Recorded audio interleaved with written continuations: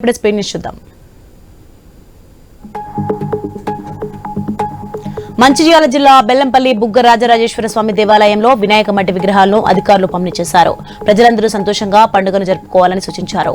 Plaster of Paris విగ్రహాలతో పర్యావరణం దెబ్బతింటుందని చెప్పారు. ఒంగోలు జిల్లా గుడిపాడు గ్రామస్తులు జాతీయ రహదారిపై ధర్నా చేపట్టారు. నాణ్యత పాటించకుండా రోడ్డు నిర్మాణం చేపట్టారని ఆగ్రహం వ్యక్తం చేశారు. ప్రమాదాలతో ప్రాణాలు పోతున్నాయని వాపోయారు.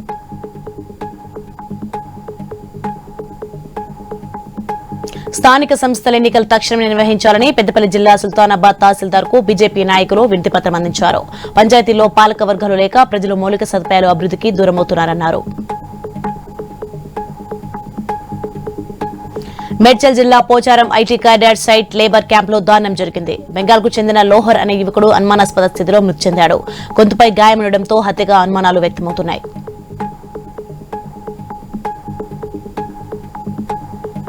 మేడ్చల్ కిష్టాపూర్లో విద్యుత్ ట్రాన్స్ఫార్మర్ లో కాపర్ దొంగతనం చేస్తూ ఓ యువకుడు గాయపడ్డాడు. అధికారుల ఫిర్యాదుతో అతన్ని ఆసుపత్రికి తరలించారు. అనంతరం మేడ్చల్ పోలీసులు దర్యాప్తు చేపట్టారు. మరో ఇద్దరు పరారీలో ఉన్నట్లు తెలిపారు.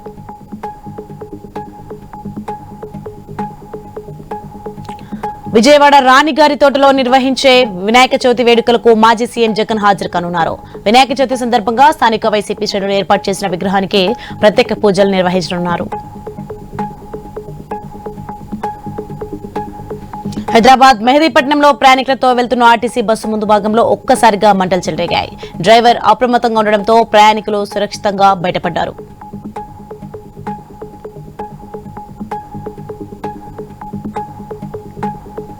బాన్స్వాడలో ఎస్పీ రాజేష్ చంద్ర గణేష్ శోభయాత్ర రోడ్ మ్యాప్ ను నిమజ్జనం చేసే కల్కి చెరువును పరిశీలించారు.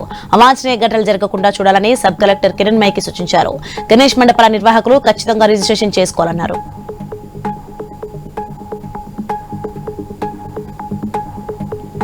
ఉత్తరాంధ్ర కల్వవల్లి శ్రీ పైడితల్లి అమ్మవారిని దర్శించుకున్నారు మంత్రి కొండపల్లి శ్రీనివాస్. విజయనగరంలో జాతరను గతం కంటే ఘనంగా నిర్వహిస్తామని తెలిపారు. అమ్మవారి ఆలయ అభివృద్ధికి ముఖ్యమంత్రి చంద్రబాబు నిధులు కేటాయించారని తెలిపారు. ఆలయ విస్తరణ అభివృద్ధి పనులను పూర్తి చేస్తామన్నారు.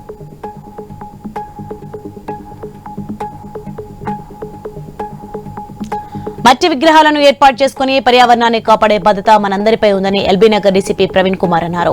వాస్విక్ foundation LB Nagar division Rachakonda commissionerate ఆధ్వర్యంలో మట్టి విగ్రహాలను అందించారు. మట్టి గణేష్ను ఏర్పాటు చేసేలా ప్రజల్లో అవగాహన కల్పించాలని డీసీపీ సూచించారు.